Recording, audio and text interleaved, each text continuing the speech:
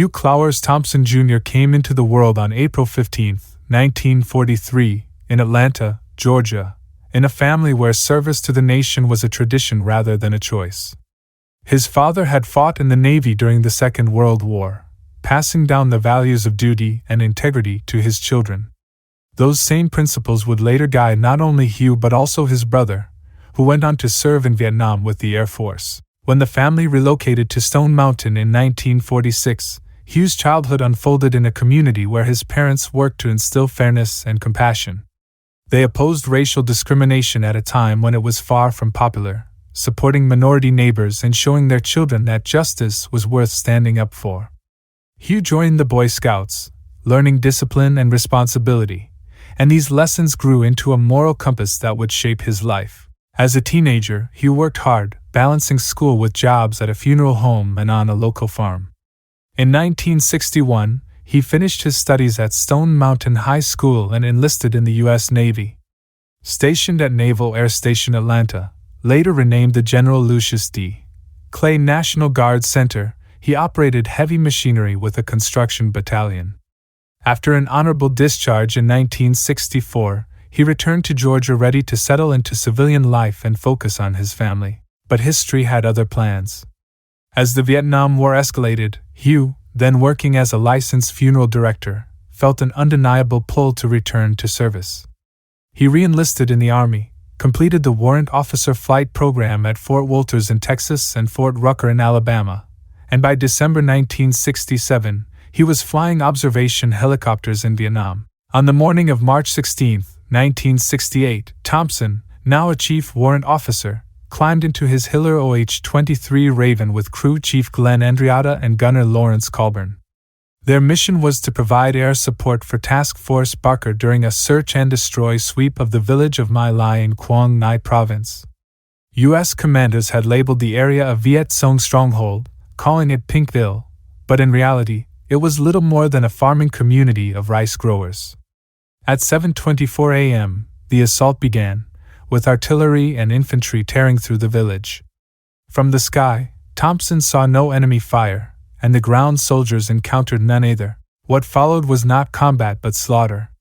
Company C of the 1st Battalion descended into a rampage, burning homes, assaulting women, and killing civilians indiscriminately. In one of the most harrowing scenes, men under 2nd Lieutenant William Calley forced 70 to 80 villagers into an irrigation ditch before mowing them down with rifles, grenades, and bayonets. As Thompson circled overhead, unease gave way to horror. He witnessed Captain Ernest Medina shoot a wounded woman, and soon after, he saw the irrigation ditch packed with lifeless bodies. Confronting Calley about what was happening only brought a chilling response that the killings were simply part of orders. Determined to intervene, Thompson and his crew searched the area for survivors. When they saw a group of villagers, children, women, and elderly men, being chased by American troops, Thompson landed his helicopter between the civilians and the advancing soldiers. He instructed Andreatta and Colburn to cover the villagers with their weapons while he urged the frightened group to follow him to safety. His actions defied everything expected of a soldier in the field, as he placed himself directly against his own countrymen to shield the innocent. Fuel was running low, but before leaving, Thompson and his crew evacuated a wounded child to safety. They then flew to landing zone Dottie to report the atrocities to their superiors. Lieutenant Colonel Frank Barker relayed orders to halt the killing, while Medina reluctantly told his men to stop. Thompson returned to the village once more, ensuring that the wounded had been taken care of. The horror of My Lai did not fade with the smoke.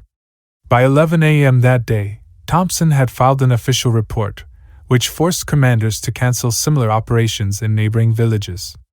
Still, the Army initially tried to disguise the truth, claiming that more than 100 Viet Cong fighters and a handful of civilians had died in battle. Thompson was awarded the Distinguished Flying Cross for bravery, but the citation twisted the story into a fabricated act of heroism, and he discarded it in disgust. The truth broke into the open in November 1969, when journalist Seymour Hersh published interviews with Ron Ridenour, a helicopter door gunner who had learned of the massacre from Company C soldiers. Ridenour had already appealed to Congress, the Pentagon, and the White House, but Hirsch's reporting brought global attention to My Lai. Thompson was summoned before the House Armed Services Committee, where he faced hostility instead of support.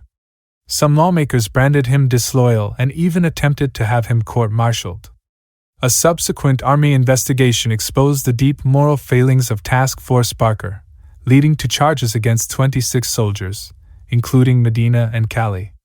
Thompson testified against them, but in the end, only Cali was convicted. Found guilty of murdering 22 villagers, he was sentenced to life imprisonment. Yet President Richard Nixon reduced his punishment, and Cali served less than 4 years under house arrest. The verdict divided America. Despite overwhelming evidence, many citizens rallied behind Cali, flooding the White House with letters of support and sending him thousands of packages each day. Thompson, on the other hand, was vilified as a traitor. He endured threats, condemnation from fellow soldiers, and the crushing weight of public scorn. The backlash fueled nightmares, post-traumatic stress, and alcoholism, shadows he struggled with for years. Even so, he continued his military career. Thompson flew countless observation missions after My Lai, his helicopter hit by enemy fire 8 times. He survived 4 crashes, the last leaving him with a broken back and ending his combat service. After rehabilitation, he returned to the United States as a pilot instructor at Fort Rucker, then served at bases across the country and overseas. In 1983, he retired with the rank of major. Civilian life took him to the Gulf of Mexico, where he piloted helicopters for the oil industry. Years later, the release of 4 Hours in My Lai reignited efforts to properly honor him and his crew. Politicians, veterans, and even a president spoke out in support. In 1998, 30 years after the massacre, Thompson, Colburn, and Andreatta were awarded the Soldier's Medal, the Army's highest recognition for valor outside combat.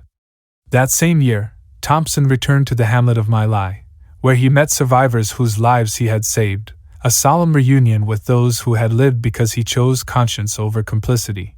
Today, a memorial stands in the village, honoring both the hundreds who were slain and the man who intervened to stop the killing.